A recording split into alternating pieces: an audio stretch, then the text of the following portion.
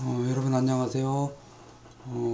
이번 시간에는 역청 재료와 포장 공사에 대해서 강의를 하도록 하겠습니다. 자, 역청 재료가 뭔지, 또 역청 재료 그 제품들이 어떤 건지에 대해서 설명을 해드리도록 할게요. 자, 역청 재료라는 거는, 역청이 되는 거는, 이황화탄소에 용해하는 탄화수소의 혼합물로서 상온에서 고체 또는 반고체인 것. 요걸 역청 재료라고 하는데, 자, 탄화수소라는 건 뭐냐? 탄화수소라는 거는, 우리가 유기물이라고 하는 건데, 석유류. 여러분들 잘 아는 기름, 석유류를 우리가 탄화수소라고 그래요. 그래서 그 탄화수소의 혼합물이니까 어떤 거예요? 석유류의 혼합물이니까. 우리가 뭐 석유류면은 뭐 경유, 휘발유, 그 다음에 벙커CU 이런 것들이 많이 있죠. 이런 거, 그러니까 원유에서 나오는 이런 것들. 상온에서는 고체고 또는 반고체인 것, 이런 것들이 역청 재료다. 즉 건설 재료로서 사용되는 역청 재료에는 아스팔트, 콜타르 이것을 원료로 한 유제 등이 있다. 그러니까 여러분들 그 길에 포장재로 사용하는 아스팔트, 콜타르 이런 것들이 이제 역청 재료다. 이렇게 알고 있으면 되겠어요. 자, 역청 재료의 특성은 그럼 어떤 특성이 있느냐? 역청 재료는 여러분들이 잘 아시다시피 아스팔트나 뭐 이런 것들, 콜타르 이런 것들이 보면은 점성 이게 이제 이렇게 끈적끈적하고 온도에 그 온도가 올라가면은 이게 좀 더 묽어지죠. 그러니까 이제 온도가 올라가면 액상이고 이게 온도가 내려가면 딱딱하게 고체로 변화하죠. 그리고 점착성을 가지고 있어요. 이거 끈적끈적해요. 그래서 이게 접착제로 또 사용을 해요. 여러분들 그 바닥재로 쓰는 그 타일, 디럭스 타일이라든가 뭐 이제 아스타일이라고도 하는데 이걸 붙일 때 붙이는 접착제들이 이 역청재료를 가지고 사용을 하기도 해요. 그리고 방수성이 풍부해. 방수 즉 물을 차단하는 효과가 있다 이거야. 물을 차단하는 효과가 있어서 그 아스팔트 방수라고 하는 것들, 아스팔트 방수제라고 하는 것들이 사용하기도 해요.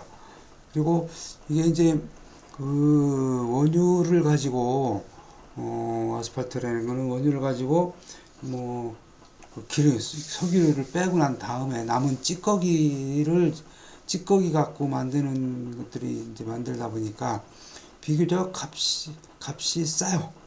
비교적 값이 싸서 굉장히 많이 사용을 하고 있다. 이렇게 보시면 돼요. 그 건설 자재로서 아주 굉장히 많이 사용을 하고 있어요. 이 역청 재료가. 자, 역청 재료는 그럼 어디다가 사용을 하느냐? 역청 재료는 뭐 다 아시다시피 포장 재료로서 아스팔트 포장할 때 도로 포장용으로 사용을 하고, 그 다음에 수리용으로도 사용을 한대요. 그 댐이나 방파제 등을 이제 보강하는 데도 이제 사용을 하고, 그 다음에 아까 말씀드렸던 방수제, 그 다음에 목재 같은 경우에 목재에 발라서 목재가 썩지 않도록 하는 방부제로도 사용을 하고 있다고 그래요. 예전엔 뭐 방부제를 이제 지금은 뭐 방부제 크레오저트라든가 이런 방부제들이 많이 나오니까 좀 뭐 저건데 이 역청 재료로서 아스팔트 재료로서 방부제로도 사용을 했다. 자, 그러면은 우리가 아스팔트에 대해서 알아보도록 하죠. 자, 아스팔트의 종류. 아스팔트의 종류는 천연 아스팔트가 있고, 천연 아스팔트가 있는데, 천연 아스팔트는 석유가 지표에 유출되거나 암석에 침투되어 휘발성 물질이 증발 또는 대기의 영향을 받아 변질되어 생긴 것. 이렇게 사진에서 보는 것처럼 저렇게 천연적으로 이렇게 저런 것들을 이제 천연 아스팔트라고 그러네요. 뭐 우리나라는 저런 것들이 뭐 구경을 할 수가 없으니까 생산이 안 되니까. 뭐 천연 아스팔트는 생산량이 적고 또 이 품질이 고르지 못해서 많이 쓰질 않는다 그래요. 자, 이런 천연 아스팔트가 있고, 자, 그 다음에 이제 석유 아스팔트가 있어요. 석유 아스팔트. 석유를 원유로 이제 만든 그 석유 아스팔트. 석유 아스팔트에는 이제 스트레이트 아스팔트가 있고, 이제 브라운 아스팔트가 있고, 뭐 이런 것들이 있는데, 먼저 그 스트레이트 아스팔트라는 것이 있는데, 스트레이트 아스팔트는 원유 중에 아스팔트 성분이 열에 의해 변화가 되지 않도록 해서 증기증류법, 감압증류법 등에 의해서 만든 것을 우리가 스트레이트 아스팔트다. 그러니까 주로 이 스트레이트 아스팔트는 도로 포장에 많이 사용을 한다.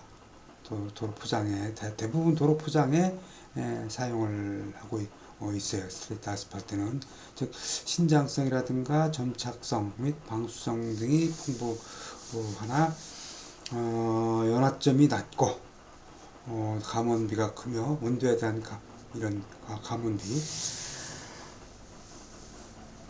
그 다음에 기후에 대한 내후성이 작다.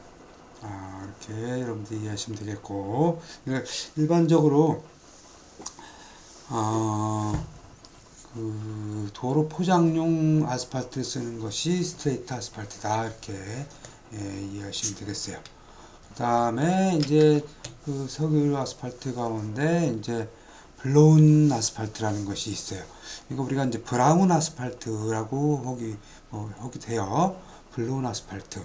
지금 그 밑에 사진에 보면은 저렇게 이제 그 뭐 포대에다가 이렇게 저렇게 나와 있죠. 저게 이제 고체로 상온에서는 저렇게 고체로 나와요. 그래서 고체로 생산이 돼서 저렇게 이제 우리가 푸대에다가 담아서 저렇게 판매가 돼요. 그래서 이 브로운 아스팔트는 아까 그 스트레이트 아스팔트를 가열해서 고온의 공기를 불어넣어서 아스팔트 성분의 화학 변화를 일으켜서 만든 것이다.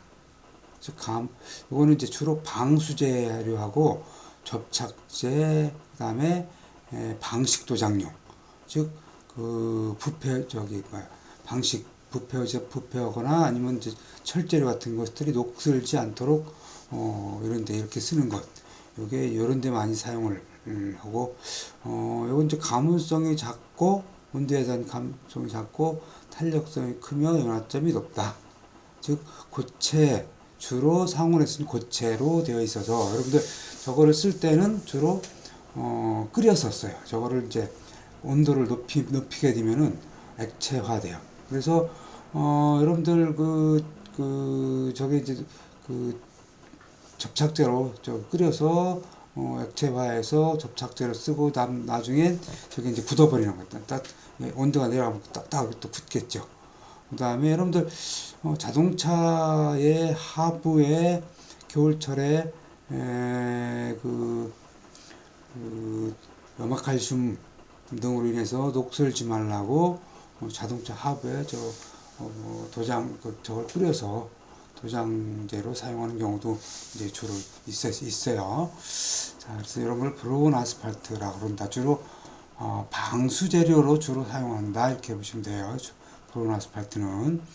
자, 그럼 아스팔트의 성질을 나타내는 몇 가지 종류가 있어요. 아스팔트가 성질이 어떤 거냐? 그 중에서 이제 침입도라는 거는 아스팔트의 경도, 딱딱한 정도를 나타내는 것으로서 그러니까 우리가 침을 가지고 이렇게 꼽았을 때, 얼마나 꼽히느냐 이걸 갖고 우리가 침입도라 그래요. 그래서 아스팔트가 얼마나 딱딱하냐. 뭐 이게 이제 뭐 액체라든가 이제 뭐 반고체 같은 경우는 침을 이렇게 찌르면 그냥 푹 들어가겠죠. 그 대신 고체 같은 경우, 근데 딱딱하게 굳은 경우는 침으로 찔러도 안 들어갈 거고. 그래서 이렇게 침입도로 아스팔트의 성질을 구분을 하고, 신도, 이걸 우리가 신도라고 그러는데, 아스팔트의 늘어나는 능력을 나타내는 것을 또 우리가 신도라고 그래요. 신도가 얼마나 되느냐, 얼마나 즉 늘어나느냐, 이걸 또 나타내는 게 신도라고 얘기해주고, 그 다음에 연화점은 이 아스팔트가 상온에서는 딱딱하게, 브라운 아스팔트 같은 경우는 딱딱하게 고체로 되어 있는데, 이게 온도를 얼마나 높였을 때 이게 이제 액체가 되는 점이 몇 도냐, 이걸 가지고 또 우리가 아스팔트의 성질을 구분하기도 해요. 그 다음에 점도, 얼마나 끈적끈적거리냐, 아스팔트의 점성 정도를 나타내는 게 점도다. 이렇게 이런 걸 가지고 우리가 아스팔트의 성질을 구분해요. 그래서 침입도가 얼마고, 신도가 얼마고, 연화점이 몇 도고, 이런 식으로 나타내요. 예를 들어서 스트레이트 아스팔트는 침입도가 얼마고 신도가 얼마고, 이런 식으로 나타난다. 그런 걸 여러분들이 이해해 주시면 되겠어요. 자, 그 다음에 액체 아스팔트, 이거 액체화, 이건 이제 액체로 만든 거야. 아까 그 브라운 아스팔트는 고체로 되어 있었죠. 이건 아예 처음부터 만들 때 액체로 만든 이런 아스팔트를 우리가 이제 액체 아스팔트다 이렇게 얘기를 하는데, 액체 아스팔트는 이제 첫 번째로 유화 아스팔트가 있는데, 그러니까 액체화했다는 그런 거죠. 그래서 이거는 이제 그 용융된 아스팔트와 가운데는 유화액을 유화기술하게 넣고 자 섞었다, 이거 잘 교반해서 아스팔트 입자를 유화액 중에 분산시켜서 만든다. 상온에서 액체로 되어 있어서 그냥 그대로 사용하게끔 그렇게 만든 거예요. 이거는 이제 유화 아스팔트다. 그 다음에 노면 위에 골재 뿌리면 유화제는 분해되어 수분의 일부는 침투하고 일부는 발산하여 콜로이드 상태가 돼서 아스팔트 입자가 골재에 부착한다. 즉 여러분들 포장할 때 도로 포장할 때 여러분들이 이제 보셨는지 모르겠는데, 포장 공사할 때, 자, 이 유화 아스팔트는 주로 포장할 때 많이 사용을 해요. 일반 도로 포장할 때, 즉 그 포장할 때 우리가 아스팔트 포장하기 직전에 그 도로 자갈이라든가 우리가 혼합석이라고 그러는데, 그걸로 기층을 만들고 그 위에 아스팔트를 포장하기 전에 이 액체로 된 유화 아스팔트를 뿌려요. 뿌리고 난 다음에 그 위에다가 이제 그 아스팔트, 여러분들 도로에 포장된 아스팔트를 덮어요. 그러니까 이런 아스팔트 포장 전에 사용하는 게 유화 아스팔트다. 즉 일반적으로 포장용으로 테코트, 양생피망, 프라임용 사용하고, 그 다음에 이제 액체로 되어 있으니까 이게 주로 접착제용으로 또 사용을 해요. 즉 디럭스 타일이라든가 바닥 타일, 플라스틱 타일을 붙일 때 사용을 하고, 벽돌이라든가 그 다음에 이제 액체로 되어 있으니까 평상시에 이거를 이제 방수 그러니까 이제 그 루핑이라든가 뭐 이런 섬유로에다가 이걸 적셔서 그대로 방수제로 사용을 해요. 그리고 방부 목재라든가 금속에 이걸 액체로 되어 있어서 그대로 칠해서 썩지 않도록 하는데 사용을 한다. 자, 이걸 우리가 유화 아스팔트다 그렇게 얘기를 해요.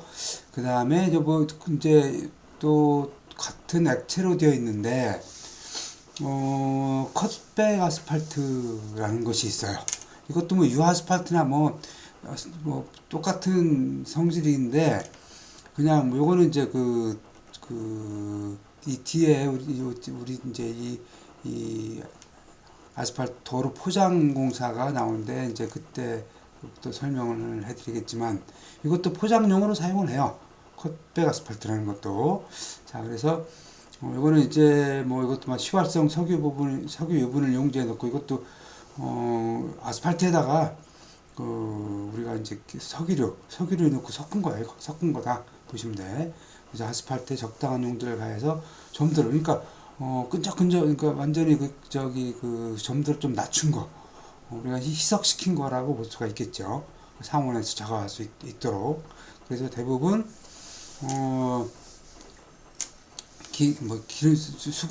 기름으로 섞은 거니까 도로 포장 노면 처리용으로 많이 사용을 한다. 이렇게 여러분들이 아시면 되겠고, 그 다음에 이제 이건 여기 이제 액체 아스팔트는 이런 유 아스팔트하고 컷백 아스팔트가 있고, 이걸 또 이제 아스팔트를 질을 이제 좀 개선해서 만든 걸 우리가 개질 아스팔트다 이렇게 그래요. 개질 아스팔트다. 그래서 그 첫 번째 개질 아스팔트는 고무화 아스팔트라는 것이 있는데, 고무화 아스팔트는 스트레이트 아스팔트에 천연고무, 뭐 합성고무, 재생고무 등을 넣어서 아스팔트 성질을 개선한 거다. 즉 개선한 거니까 좀 더 특수한데 사용을 하겠죠. 이것도 이거 이제 포장에 주로 사용을 하는데, 요거는 혹독한 환경화, 그러니까 너무 아주 고온이라든가 초저온 이런데 기후에 대한 내구성이 좀 크고, 그 다음에 가문성이 작고 하기 때문에 이런 특수한 환경하의 포장에 사용하는 게 이제 고무 아스팔트다. 이렇게 이해하시면 되겠어요. 이건 좀 가격이 비싸겠죠. 그래서 이건 특수한 부분에만 사용하니까 이건 좀 흔한 자재는 아닐 거예요. 자, 또 개질 아스팔트 중에서 고무 아스팔트가 있고 플라스틱 아스팔트가 있어요. 플라스틱 아스팔트는 고무 대신에, 고무 아스팔트는 아스팔트에 고무를 넣은 거지만 요거는 이제 플라스틱 종류, 즉 폴리에틸렌, 에폭시 수지 이런 것도 즉 고분자 재료를 스트레이트 아스팔트에 섞어서 만든 거다. 이것도 신도가 작고 점도가 높고 가열 안전성이 좋아서 요거는 주로 이제 공항의 포장에 이용한다네요. 즉 활주로에 이용을 하는 이것도 도로 포장, 결국 포장에 사용하는 거죠. 그래서 개질 아스팔트에는 이런 두 가지 종류가 있다. 자, 그러면은 이 아스팔트 사용상 주의사항은, 자, 스트레이트 아스팔트 같은 경우는 그 공기나 열에 접촉하면 산화, 축합 반응을 일으켜서 점착성이 없는 부스러지기 쉬운 성질을 가진 물질이래요, 이게. 그래서 공기나 과열을 피하도록 한다. 즉, 그래서 과열을 너무 온도를 높여버리면은, 이게 이제 식어버리면은 나중에 이제 아까 저렇게 부스러지기 쉬운 성질을 나타내서, 요거는 보통 여러분들 도로 포장으로 쓰는 포장용 아스팔트는 보통 공장에서 아스팔트를 생산할 때 한 180도 이상을 못 넘도록 해요. 180도 이상을 너무 과열되지 않도록 그렇게 하고 있어요. 그리고 특히 또 가열 혼합물이 혼합재료 아스팔트를 사용하는 경우에는, 즉 아스팔트에 자갈하고 이런 거 섞잖아요. 포장용을 쓸 때는 이것도 골재도 너무 뜨겁지 않게 해야 된다. 그래서 아스팔트를 살포하기까지 혼합 시간도 가능한 최대한 단축해서 성질이 변하지 않도록 그렇게 해줘야 된다. 이런 얘기예요. 스트레이트 아스팔트는. 근데 이제 블로운 아스팔트는 주로 방수제 이런 걸, 접착제 이런 걸로 사용한다 그랬잖아요. 그래서 그런 용도에 따라서 알맞게 또 제조를 해야 되고, 또 사용하기 전에, 그러다 보니까 이 아스팔트가 지금 접착제로 제품 만든 건지, 방수제로 만든 건지, 이런 거를 충분히 확인하고, 사용을 해야 돼요. 자, 그 다음에 이제 유화 아스팔트하고 컷백 아스팔트는 액체 아스팔트라고 그랬어요. 액체 아스팔트라고 그랬어요. 그래서 저거는 액체 아스팔트는, 유화 아스팔트 같은 경우는 이제 속에 습기가 있으니까 이거는 이제, 너무 추운 데 넣으면 얼어버리니까 이 습기들이 얼어버리니까 얼지 않도록 선선한 곳에 저장을 하도록 하고, 또 너무 이것도 마찬가지로 과한 가열을 피해야 되겠죠. 너무 뜨거우면은 액체가 다 날아가 버리니까. 근데 컷백 아스팔트 같은 경우는 습기가 없으니까 이제 그런 건 상관이 이제 없는데, 전부 이 컷백 아스팔트는 기름으로 섞은 거라서 불에 닿으면 이제 이제 또 타거나 그렇게 되겠죠. 그래서 화기에 주의를 해야 된다. 자, 그 다음에 이 아스팔트가 방수제로 쓴다 그랬어요. 그래서 아스팔트를 방수제로 쓰기 위해서 이런 또 이렇게 제품을 만들어서 사용을 하는데, 그 제품 중에서 아스팔트 펠트라는 거 있어요. 펠트라는 게 있어요. 아스팔트 펠트는 지금 밑에 사진에서 보는 것처럼 유기성 섬유를 원료로 해서 그러니까 섬유질이니까 종이 좀 딱딱한 종이에다가 아스팔트를 먹인 거다. 먹인 거다, 이렇게 보시면 돼. 그래서 아스팔트 펠토용 원지를 만드는 거야. 그 종이에다가. 그래서 이거를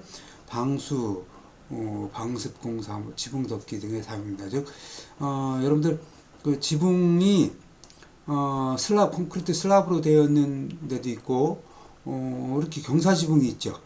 경사지붕 철골로 해서 경사지붕을 이렇게 하는데, 그 경사지붕 그 위에 지붕재로 덮기 전에 요 아스팔트 펠트를 깔고 그 위에다가 지붕 재료를 덮어요.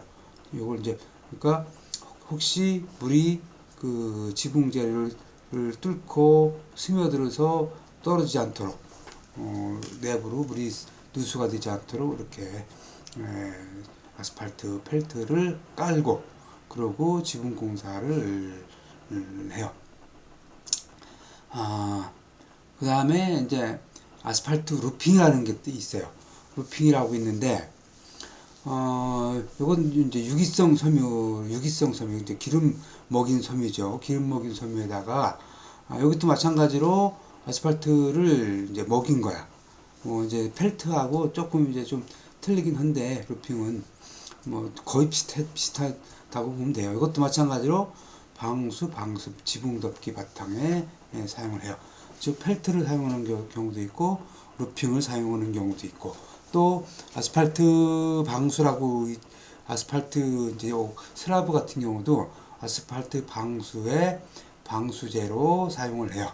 아스팔트 방수. 이걸 이제 요 루핑을 몇 겹을 이렇게 해서 아스팔트를 녹여서 몇 겹을 이렇게 이제 깔아서 슬라브 방수에 주로 사용을 하기도 해요.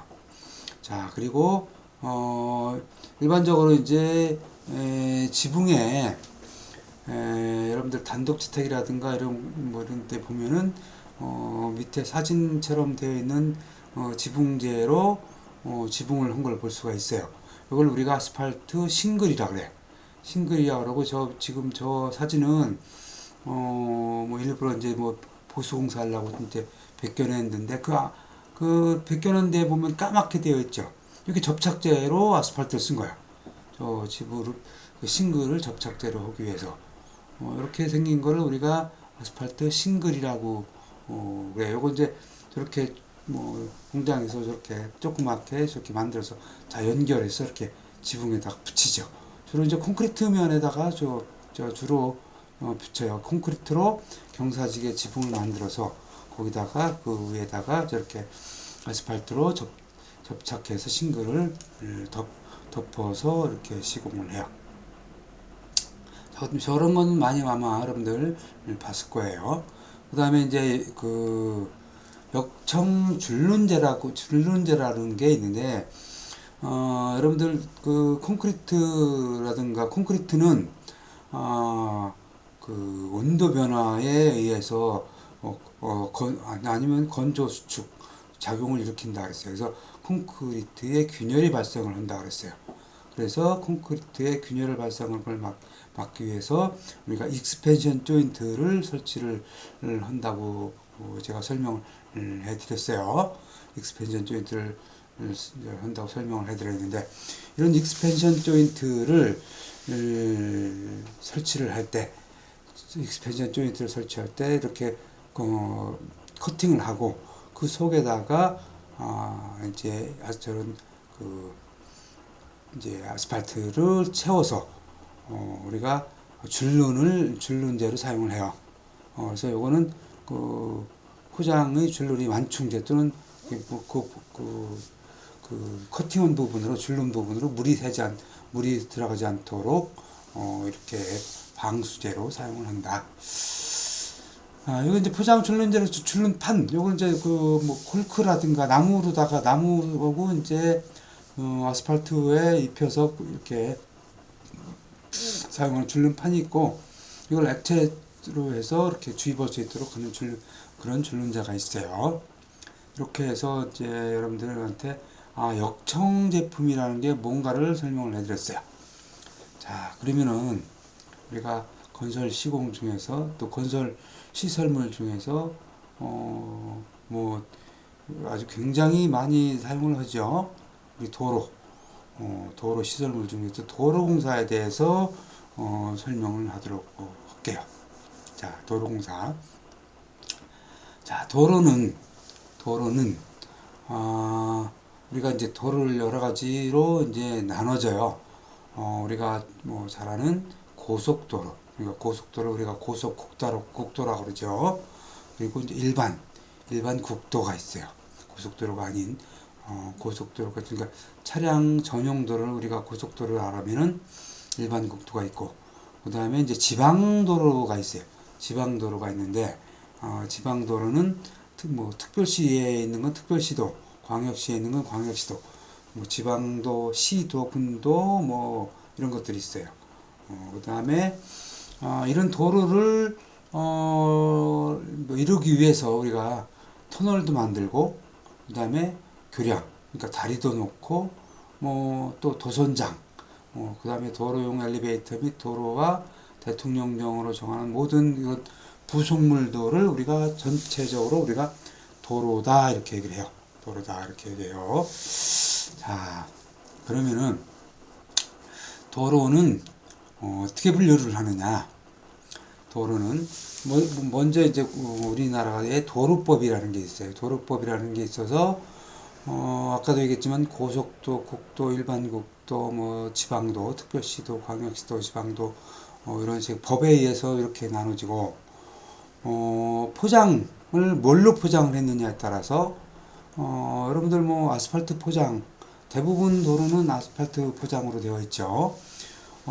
이제 그래도 그 중에서 콘크리트로 포장되어 있는 부분 도로도 많이 있어요. 고속도로 같은 경우도 고속도로에는 아스팔트로 포장되어 있는 부분도 있고, 요즘에 콘크리트로 포장되어 있는 데도 많이 있어요. 이렇게 보면은 좀 노면이 아스팔트가 조금 그 승차감이 좋죠. 콘크리트보다는. 여러분들 뭐 지나다 보면 여러분들 충분히 느끼실 거예요. 이렇게 포장을 아스팔트도 하고 콘크리트도 한다. 뭐 도로 이용자에 따라서 자동차만 전용으로 달릴 수 있는 자동차 전용 도로가 있고, 그 다음에 일반도로는 자동차 전용 도로는 자동차만 다니도록 되어 있죠. 여기 이제 오토바이라든가 이런 건 못 올라가요. 근데 일반 도로는 뭐 자동차도 다니고 오토바이도 다니고 뭐 그렇죠. 근데 자전거 도로는 이제 자전거만 다니는 그런 도로고, 보도는 뭐 여러분들 아다시피 사람들이 이제 걷는 도로가 보도죠. 그 다음에 이제 관광도로는 관광지에 관광하기 위해서 만드는 도로고, 공도는 우리가 이제 공공도를 우리가 공도라고 그래요. 사도는 개인이 만든 도로, 개인 땅에다가 자기가 이제 쓰기 위해서 만든 도로를 우리가 사도라고 그렇게 얘기를 해요. 자, 그러면 우리가 이제 도로가 어떻게 분류되는지를 알아봤어요. 자, 그러면은 이제 그 도로공사에 있어서 포장공사에 대해 아까 역청재료 할 때도 아스팔트에 대해서 설명을 해드렸죠. 자, 그러면 이제 포장공사, 도로 포장이라는 어떤 거냐? 도로 포장은 여러분들 뭐 도로 포장이 안 돼 있으면 어떻게 돼 있어요? 안 돼 있으면은 뭐 거기에 이제 뭐 자갈이라든가 이런 것만 깔아놨으면 굉장히 노면이 안 좋고, 그 다음에 뭐 비 온다든가 이렇게 되면은 푹푹 파이고 물이 고여 있고 굉장히 자동차라든가 사람이 다니는데 불편하죠. 그래서 그런 것들을 원활하게 하기 위해서 우리가 포장을 해요. 그래서 이런 포장의 기능은 교통하중을 노상의 지지력 범위에 들도록 분산시킨 즉 도로 이용객에게 안정감과 쾌적함을 제공하도록 하기 위해서 포장을 한다. 즉 이 포장은 무엇보다도 내구성이 있어야 되겠죠. 즉 장기간 동안 견뎌야 되겠죠. 포장을 기껏 했더니 얼마 못 가서 다 파손된다. 그러면 별로 의미가 없겠죠. 자, 그래서 이 포장에는 가효성 포장과 강성 포장으로 나눠져요. 가효성 포장은 좀 말랑말랑한 포장, 즉 아스팔트 포장이라든가 가스콘 포장 이런 걸 우리가 이제 가효성 포장이다 얘기를 하고, 강성 포장은 시멘트가 들어간 콘크리트 포장을 강성 포장이다 이렇게 얘기를 해요. 어떻게 아스팔트는 여름에 되면은 그러니까 좀 말랑말랑하죠. 이렇게 이런 탄성이 있어. 근데 콘크리트는 뭐 온도에 상관없이 그냥 완전히 딱딱하죠. 그래서 우리가 가효성 포장하고 강성 포장으로 우리가 이제 구분을 한다 이렇게 보면 되겠고, 자, 포장의 높이는 그럼 뭘 포장을 갖고 포장의 높이라고 하느냐? 포장 두께라고 뭐 얘기할 수도 있겠죠. 포장 두께. 우리가 이제 도로 포장 두께 높이는 기층부터 보조기층과 표층을 포함한 전체 두께를 이제 포장 높이다 이렇게 얘기해요. 뭐 기층이라든가 보조기층, 표층은 이제 뒤에 또 설명을 할 거니까 요렇게 되나 보다 이렇게 여러분들이 그렇게 이해하시면 돼요. 자, 그러면 도로 포장 공사의 순서는 어떻게 되느냐? 먼저 도로가 지나갈 도로가 설치될 자리에 말뚝을 이렇게 박아서 여기서 여기까지 도로를 도로를 설치할 거다 하고 이제 말뚝을 박죠. 그 다음에 이제 기준틀이라는 걸 설치해요. 도로 높이를 어느 이제 계획 높이가 얼마고 이렇게 쭉 기준틀을 설치해서 그 기준틀에 맞춰서 흙을 쌓고 뭐 도로 포장도 하고 그러죠. 이걸 우리가 기준틀이라고 그래요. 그 다음에 도로 이제 이제 도로에 비가 오면은 물 배수가 될 수 있도록 측구를 또 설치를 해요.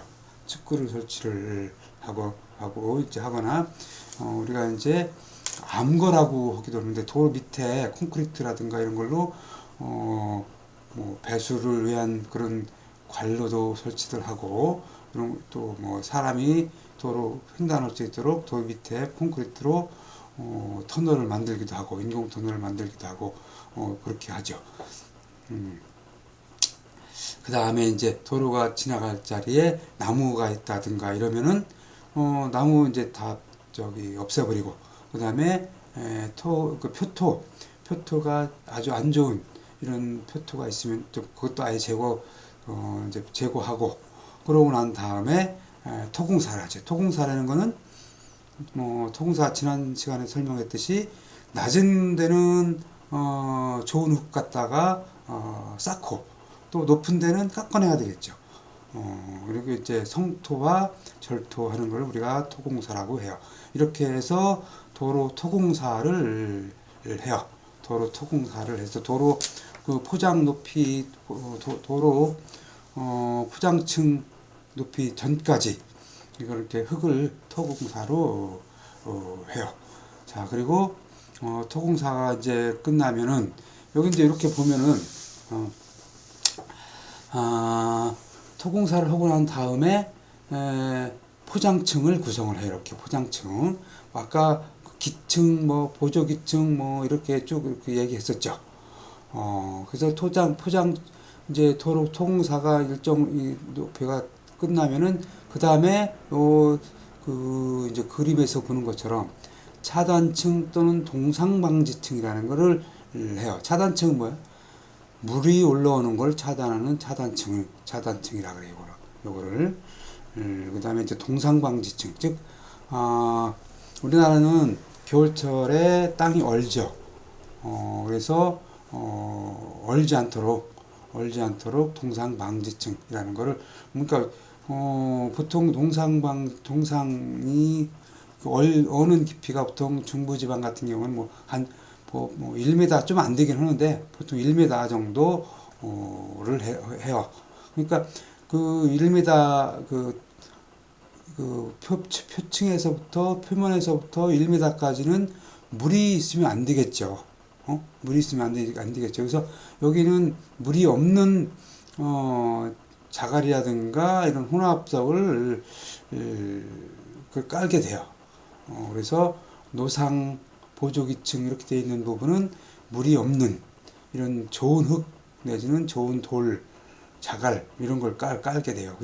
그래서 이런 동상 방지층에는 여기 물이 못 올라오도록 이렇게 하는 게 우리가 동상 방지층이다 이렇게 얘기를 해요.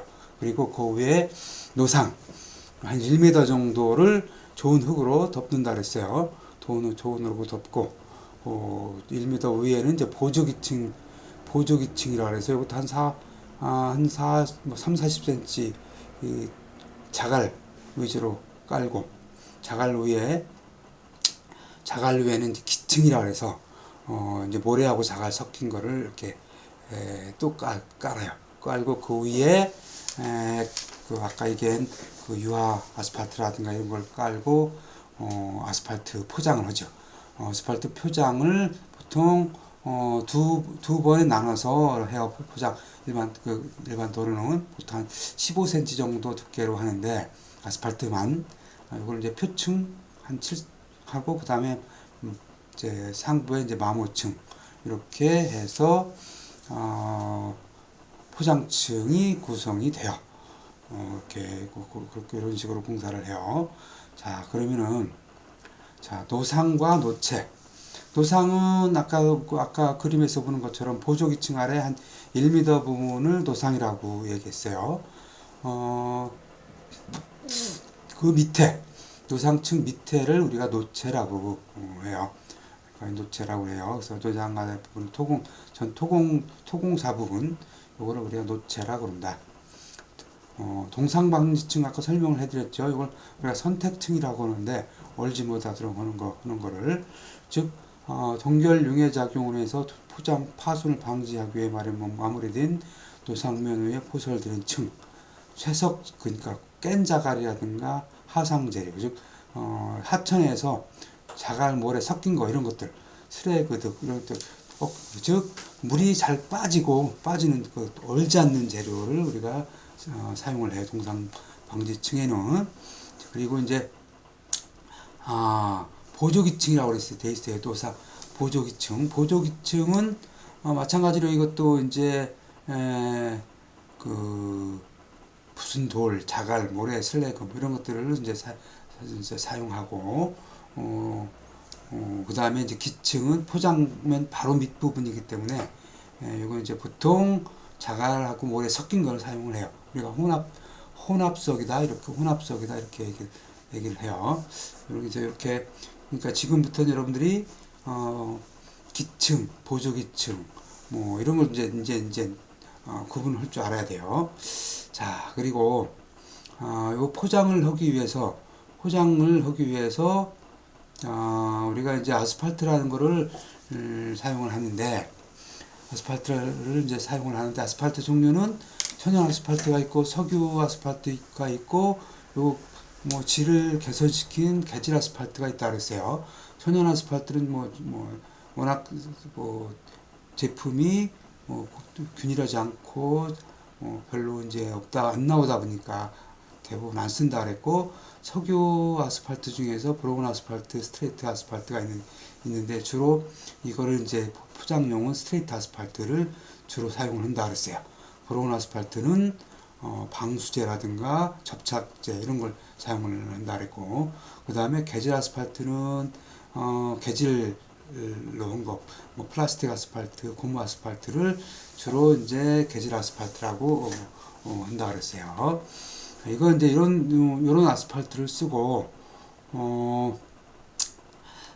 그 다음에 이제 액체 아스팔트로서 우리가 유화 아스팔트하고 컷백 아스팔트를 사용을 한다 그랬어요. 밑에 보면은 그 사진에서 보면은 이렇게 액체로 된 거를 도로 포장할 때 자갈 위에다 이렇게 뿌리는 걸 볼 수가 있죠.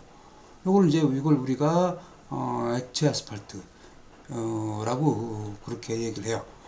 그래서 이거 이제 프라임 코트, 텍 코트에 주로 이제 저런 데 사용을 한다. 그러니까 도로 포장하는데 포장용으로 저렇게 사용을 한다. 그러면 프라임 코트는 뭐고 텍 코트는 뭐냐? 거기에 이제 저런 액체 아스팔트를 사용한다고 그러는데, 자, 그러면은 우리가 프라임 코팅은 뭐고 텍 코팅은 뭔지를 알아보자고요. 자, 프라임 코팅이라는 것은 보조 기층하고 기층 사이에다가 시공하는 것으로서 보조 기층하고 기층 사이에다가 저렇게 뿌려서 아스팔트 뿌려서 밑에서부터 수분이 올라오는 거를 이제 차단하는 그런 효과를 나타내는 걸 우리가 프라임 코팅이다 그래요. 즉 보조 기층하고 기층 사이에다가 뿌리는 거다 이렇게 보시면 되겠고, 텍 코팅은 포장된 아스팔트나 콘크리트에 추가로 아스팔트 이제 보완 시공한다든가 이럴 때 부착성을 좋게 하는 걸 우리가 텍 코팅이다 이렇게 얘기를 해요. 텍 코팅이다. 그러니까 아스팔트 포장하기 전에 자갈에다가 뿌리는 거는 프라임 코팅이고, 텍 코팅은 아스팔트와 아스팔트 사이, 아니면 콘크리트와 아스팔트 사이에다가 부착성을 좋게 하기 위해서 사용하는 게 텍 코팅이다. 이런 프라임 코팅과 텍 코팅을 위해서 사용하는 게 컷백 아스팔트다, 유화 아스팔트다.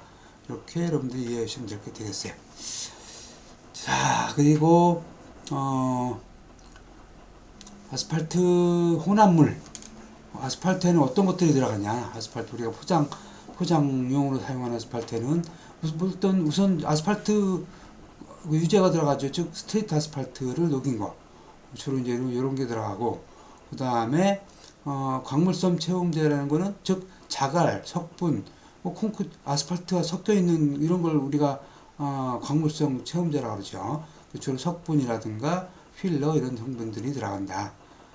그래서 이걸 가지고 아까 얘기했죠. 아스팔트 공장에서, 생산 공장에서 이걸 가지고 이제 섞는다 그랬어요. 근데 스트레이트 아스팔트는 너무 온도가 높아도 안 된다 그랬어요. 그래서 140도에서 160도가 적합하며 185도 이상은 용인되지 않는다. 그리고 골재도 너무 뜨겁게 하면 안 된다. 그러니까 아스팔트 포장하는 걸 여러분들이 보셨겠지만 덤프차로 실어오죠. 실어올 때 보면은 김이 막 나죠. 뜨거워서. 특히 또 한여름에 포장 공사하게 되면 굉장히 근로자들이 더워요. 이렇게 즉 아스팔트 생산 공장에서 생산을 온도에 맞춰서 생산을 하게 돼요. 자, 그리고 이제 시공을 하게 되죠. 시공을 하는데 이제 프라임 코트를 뿌리고 겉에가 겉도 아스팔트로 이제 프라임 코트, 즉 자갈로에다가 프라임 코트를 뿌리고 그 다음에 이제 그 위에 아스팔트 포장을 한다 그랬어요. 텍코트 같은 경우는 아스팔트와 아스팔트 사이, 또 콘크리트와 아스팔트 사이에 뿌리고, 그 다음에 실코트라는 게 있는데, 실코트는 포장 표면에 살포한 역청재료 위에 모래나 부순도를 살포해서 이를 포장면에 부착시키는 걸 우리가 실코트다 이렇게 얘기를 해요. 아스팔트 아스팔트 도로 포장한 위에 보면 거칠거칠하게 이렇게 돼 있는 모래 이렇게 뿌려져 있는 거를 볼 수가 있을 거예요. 요거를 이제 우리가 실코트다 이렇게 얘기를 해요. 자, 그래서 포장을 이제 아스팔트 포장을 하는데 먼저 이제 그 포장하고 이제 시험 포장을 하죠. 시험 포장을 해서 적절하게 시공이 되는지를 한 500제곱미터 정도에서 먼저 시행하는 거를 시험 포장이다. 도로 포장할 때 시험 포장을 해요. 그 다음에 이제 아스칸을 포설을 해요. 보통 15cm라고 그랬어요. 아스팔트 포장. 보통, 근데 고속도로 같은 경우는 더 두껍게 포장을 해요. 그래서 다지면 1층 두께는 10cm를 넘지 않아야 된다.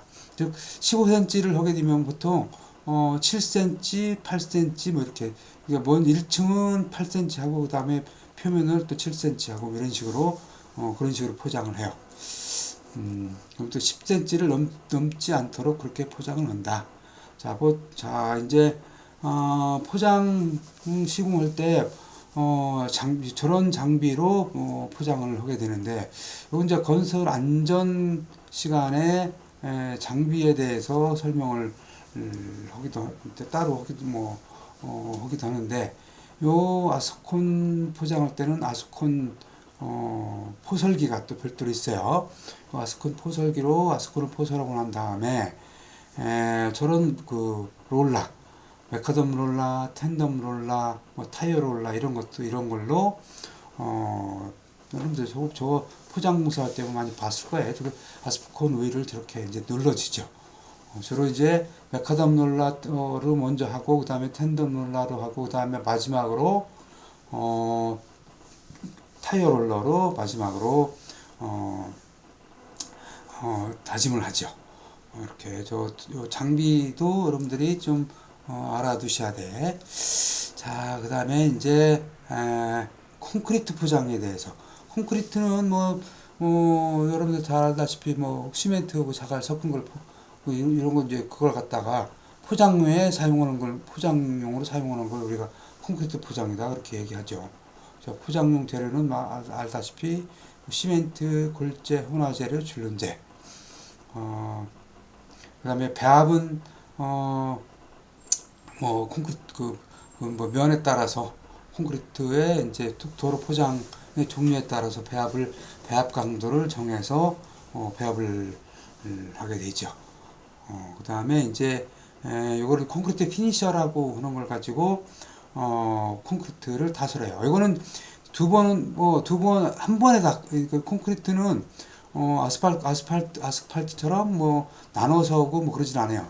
보통 도로 고속도로 같은 경우는 굉장히 두껍게 포장을 하죠. 20cm 이상으로.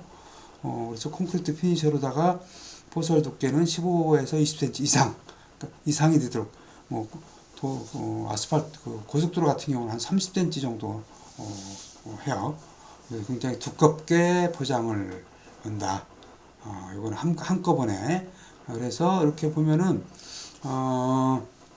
요 이제 지금 밑에 나와 있는 사진이 그 콘크리트 피니셔예요. 콘크리트 이제 레미콘이 앞에 레미콘 차로 이제 저 피니셔 위에다가 레미콘을 부으면은 이제 콘크리트를 저렇게 기계로 타설하는 거야. 기계로 타설을 해서 이제 쭉 콘크리트 포장을 이제 시행을 했죠. 그리고 그래서 이제 잘 알다시피 콘크리트는 물로 섞인 거기 때문에 미리 이 바닥이 너무 건조되어 있으면 약간 물을 좀 뿌리고 너무 많이 뿌리면 안 되고요. 또 마찬가지로 기온이 너무 높거나 너무 높을 때는 또 비 올 때는 콘크리트 그래서 시공을 하면 안 돼요. 안 되죠. 자, 그래서 요거는 뭐 콘크리트 뭐 아스콘도 마찬가지지만 포장 공사할 때는 기온의 영향을 많이 받는다. 이렇게 볼 수가 있겠어요. 자, 그러면 이제 자, 포장을 하면은 포장을 이제 다 끝나고 난 다음에 우리가 유지 보수라는 걸 이제 해야 돼요. 쭉 사용을 하면서 유지라는 건 뭐냐? 유지는 이제 계속 반복해서 조금씩 손질하고 마무리하는 수리하는 걸 우리가 유지라 그러고 보수는 이게 보수는 이제 그 어느 일부분 크게 손상이 돼서 그 부분을 보수하고 보강하는 걸 우리가 보수 보강이다 이렇게 얘기를 해요. 그래서 우리가 이제 유지 보수를 이제 굳이 분류를 한다면은 도로 같은 경우는 예방적 유지 보수가 있고 치유적 유지 보수가 있고 또 근본적 유지 보수가 있고 상시 유지 보수가 있다. 예방적 유지 보수는 약간 뭐 균열이 생겼다든가 이런 경우 이제 뭐 그런 균열 보수 더 크게 파손되지 않도록 하는 걸 우리가 예방적 유지 보수고 치유적 유지 보수는 국부적으로 조금 더 심하게 파손돼서 표면 처리만으로 좀 안 될 경우는 치유적 유지 보수 쓰고 그 다음에 근본적 유지 보수는 완전히 망가져서 완전히 그 부분을 다 드러내고 새롭게 시공을 해야 되는 경우. 상시 유지 보수는 쭉 유지 보수 해오다가 몇 년에 한 번씩 뭐 전반적으로 정기적으로 싹 다 유지 보수하는 걸 우리가 상시 유지 보수다 이렇게 얘기를 해요. 자, 그리고 아스팔트하고 콘크리트 포장의 파손과 유지 보수는 아스팔트 포장 같은 경우는 파손되는 원인이 지지력이 부조가 되든가 아니면은 교통량이 굉장히 너무 많았거나 아니면은 굉장히 무거운 차량이 지나갔다든가 할 경우에 이제 파손이 되고 또 포장 두께가 좀 부족한 경우가 파손이 되죠. 그리고 이제 노면 성상에 관한 파손은 약 이제 국부적으로 균열이 발생된다든가 뭐 아니면 다짐 부족 뭐 이런 것들로 인해서 또 파손이 돼요. 아스팔트는. 그래서 아스팔트의 그 유지 보수 공법은 용어로서 패칭이 있고 표면 처리가 있고 부분재 포장 그다음에 절삭 균열 충전 이런 것들이 있어요. 패칭이라는 거는 조금 패였을 때 포톨 비 오고 나면은 포톨이 많이 생기죠. 이렇게 폭폭 패인 거. 단차 부분이 균열적 균열 이런 것들이 즉 10제곱미터 미만 면적을 볼수하는 걸 우리가 패칭이다 그런다. 그 다음에 표면 처리는 표면에다가 얇게 이제 2.5cm 얇은 실링층을 시공하는 거. 그 다음에 부분재 포장은 10제곱미터 이상 부분적으로 다시 포장하는 거. 절삭은 이제 아스팔트 포장 부분을 기계로 깎아내고 난 다음에 그 위에 다시 이제 포장하는 거. 이건 일상적으로 많이 하고 있죠. 노면이 아주 안 좋은 경우 한번 싹 깎아내고 다시 포장하고 그러죠. 고속도로라든가 일반 도로라든가 이런 것들. 그다음에 균열 충전 이런 게 있다.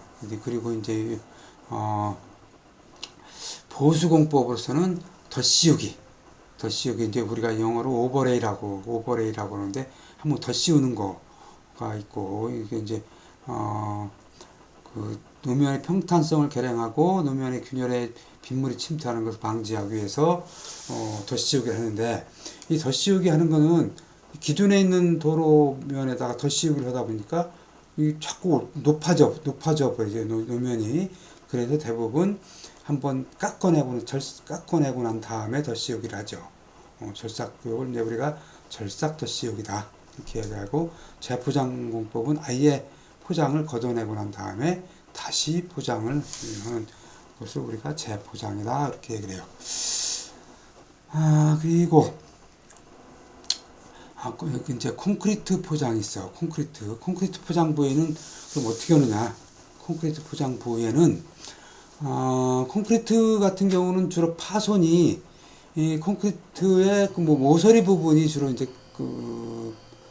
부분이 균열이 발생해서 떨어져 나간 뭐 이렇게 파손이 된다든가 이렇게 많이 발생을 해요. 즉 가로 및 세로 균열이 많이 발생을 하는데 이런 균열은 마찬가지로 지지력이 부족한 밑에 기층에서 그 다짐이 제대로 안 됐다든가 이럴 경우에 뭐 차량이 무게라든가 이런 것들 때문에 주로 발생을 하고 우각부 균열이라는 것은 그 모서리 부분 끝부분을 우리가 우각부라고 그러죠. 이런 부분에도 마찬가지로 균열이 발생하는데 이것도 다짐 부족 과대하 정도로 발생을 하고 구속균열이라고 되어 있는데 구속균열은 제대로 이제 우리가 익스펜션 조인트라 그래서 조인트를 설치를 해요. 콘크리트 포장된 고속도로 같은 데 가보면은 가운데 중간중간 이렇게 그 잘라놓은 부분을 우리가 볼 수가 있어요. 이걸 우리가 익스펜션 조인트라고 그러는데 이런 조인트 부분에서 가로 세로 줄눈이 이렇게 마주치는 이런 부분에서 이게 제대로 안 잘라졌을 때 이때 이제 생기는 균열을 우리가 구속균열이다 이렇게 얘기를 해요. 그리고 이제 경화시 콘크리트 시공할 때 아주 다 굳기 전에 경화시에 발생하는 균열로서 치마 균열과 플라스틱 균열이 있다. 그래서 도로 포장 콘크리트는 이런 뭐 치마 균열과 플라스틱 균열이 발생하지 않도록 하기 위해서 굉장히 물을 굉장히 적게 사용을 해요. 그래서 즉 슬럼프치를 굉장히 높게 하고 낮게 하고 그 다음에 AE제라든가 이런 걸 사용해서 최대한 물을 이제 적게 사용을 하고 있어요. 도로 포장용 콘크리트에는 그래서 보통 굉장히 아까 사진에서 봤다시피 이거는 도로 포장용은 이렇게 뭐 콘크리트가 흘러내린다든가 이런 것들이 거의 없는 상태로 해요. 자, 그래서 콘크리트 포장 유지 보수는 줄눈 부위에 손상이 간 부분은 줄눈 부분은 익스펜션 조인트 이런 부분에는 이제 청소하고 충진제를 다시 이제 보충을 해서 뭐 깨지지 않도록 그렇게 하고 물이 이 밑으로 스며들지 않도록 그렇게 해야지. 물이 스며들면 아까 얘기했듯이 동결이 되기도 하고 집안이 침하가 되기도 해서 안 되죠. 그래서 물이 충진제를 반드시 이렇게 보충을 해야 돼요. 또 마찬가지로 노면에 균열이 발생하면은 마찬가지 균열 부위도 바로바로 보수를 레진 모르타르라든가 이런 레진 모르타르가 이제 균열 부위에 사용하는 그런 특수 모르타르다 이렇게 보면 돼요. 주로 팽창 모르타르다 이렇게 보면 돼요. 그 다음에 그 줄눈이라든가 균열 부위에 이제 실링제로 그 1년에 한 번 정도 정기적으로 충전해서 물이 안 들어가도록 이렇게 쭉 관리를 이제 유지 보수를 해야 되죠. 자, 그리고 주입공법 깨졌어. 근데 이제 콘크리트 그 포장된 밑에 치마가 돼가지고 이제 그 안에 콘크리트 포장 바로 밑부분에 이런 공간이 생기게 되면 이거 이제 안 되죠. 그걸 다 채워야 되겠죠. 그래서 그런 데는 뭐 이제 그 주입제로서 이제 주입을 해서 거기를 꽉 공국을 다 완전히 채워서 이제 그 압력을 가해서 만약 콘크리트가 약간 처졌다 그러면 다시 올린다든가 이렇게 하죠. 그런 걸 우리가 주입공법으로 유지 보수를 하고, 그 다음에 재포장은 이제 파손이 많이 됐을 경우에는 커팅 그 부분만 이렇게 딱 잘라내고 다시 사각형으로 잘라내서 다시 이제 그 콘크리트를 다시 시공하죠. 그럼 뭐 이제 그런 것들을 여러분들이 콘크리트 고속도로 같은 데 가다가 이렇게 보면은 사각형으로 이렇게 재포장한 부분들을 많이 볼 수가 있을 거예요. 이렇게 또 그다음에 이제 이것도 마찬가지로 더 씌우기도 아스콘 포장처럼 더 씌우기도 한다. 더 씌우기도 한다. 이런 것도 마찬가지로. 자, 그리고 이렇게 해서 이번 주 강의를 마치도록 그렇게 할게요. 마치도록 그렇게 할게요. 여러분들 중간고사 끝나고 이제 첫 수업인데 그 좀 수업 내용 듣기 수업하기가 좀 짜증도 나기도 하고 그럴 텐데 좀 그래서 이제 양을 좀 쭉 적게 했어요. 한 시간 정도 강의를 한 것 같은데 다음 시간에 또 다음 주에 또 이제 강의하도록 그렇게 할게요. 자, 수고하셨어요, 여러분들.